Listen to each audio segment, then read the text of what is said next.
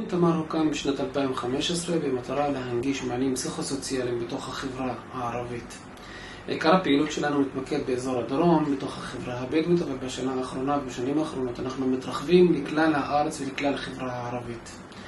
בתוך הארגון אנחנו מפעילים 3 יחידות מרכזיות, אחת מהן זה היחידה של חוסן שבהמשך אנחנו נרחיב עליה, והיחידה של אבחון וטיפול שזאת היחידה המרכזית שאנחנו נותנים בה מעטפת של מענים טיפוליים רחבים הכוללים טיפולים נפשיים פרטניים, טיפולים משפחתיים, טיפולים זוגיים וטיפולים באומנות.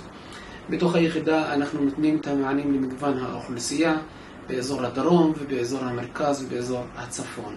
המציאות אחרי 7 לאוקטובר נתנה לנו את המנדט לתת את המענים בראייה רחבה מאוד בכלל הארץ, והיום אנחנו מציעים את השירותים הטיפוליים שלנו באפשרות של טיפול באונליין ובאפשרות של טיפול פרונטלי, ואנחנו נותנים את המעטפת לכל התושבים באוכלוסייה הערבית בארץ.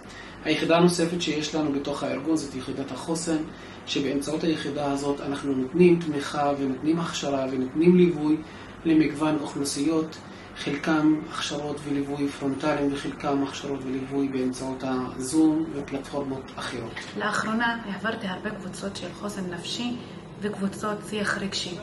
אני רוצה לשתף בסיפור קטן שקרה השבוע. אחד המשתתפים בקבוצות חוסן ושיח רגשי בחר לא להשתתף. גם במפגש הראשון, במפגש השני, הגענו למפגש השלישי, והוא ביקש להיות המשתתף הראשון בסדנה. ופתחנו קו לתמיכה נפשית כבר מהימים ומהשעות הראשונות אחרי 7 לאוקטובר. הקו הטלפוני נתן מענה לכלל התושבים בשפה הערבית בארץ. קיבלנו שיחות מהצפון ועד הדרום, ונתנו מענים בשעות ובימים הראשונים 24 שעות ביממה. היחידה הנוספת שיש לנו בתוך הארגון זאת יחידת צעירים, ובאמצעות היחידה הזאת אנחנו נותנים מענה לצעירים בקשת רחבה מאוד באמצעות שותפים כאלה ואחרים. פנה לקו בחור, תושב הדרום שהיה עובד בעוטף, והותקף על ידי אנשי חמאס שחדרו לקיבוץ בו הוא היה עובד. הבחור פנה לקו טלפוני על מנת שאנחנו נסייע לו להתמודד לאחר שהוא חש חרדה ומצוקה ולחץ.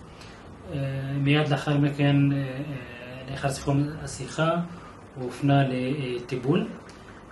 במסגרת הטיפול הוא קיבל 24 פגישות. 7 לאוקטובר שם אותנו מול מציאות מאוד מורכבת.